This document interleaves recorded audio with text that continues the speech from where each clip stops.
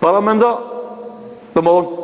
muhabeti i kurbanit dhe muhabeti i fesë në jetën e individëve, sa është problem?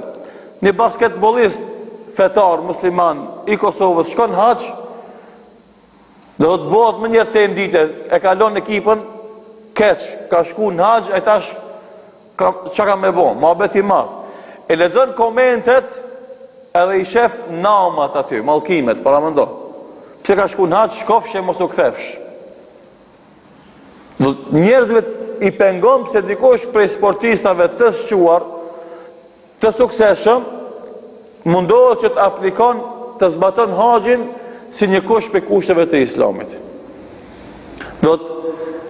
Këta politikanë dhe kjo pjesë islamofobe mundohet na bën neve kurban përballë zotnave të tyre që i kanë, për të cilët ata luftojnë dhe përpiqen.